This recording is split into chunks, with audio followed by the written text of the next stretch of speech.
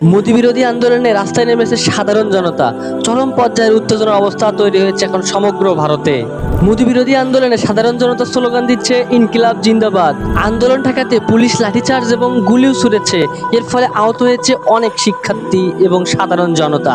মোদি বিরোধী আন্দোলনে শরিক হয়েছে স্বরং থালাপতি বিজয় এবং আহত শিক্ষার্থীদের হাসপাতালে দেখতে গিয়েছে রাহুল গান্ধী।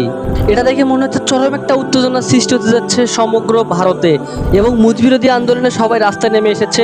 হয়তো বা বাংলাদেশের মতো কোনো একটা অবস্থা আমরা দেখতে পারবো, যেভাবে শেখ হাসিনা পালিয়ে গিয়েছিল হয়তো সেভাবেই মোদিও পালিয়ে যাবে ভারত থেকে।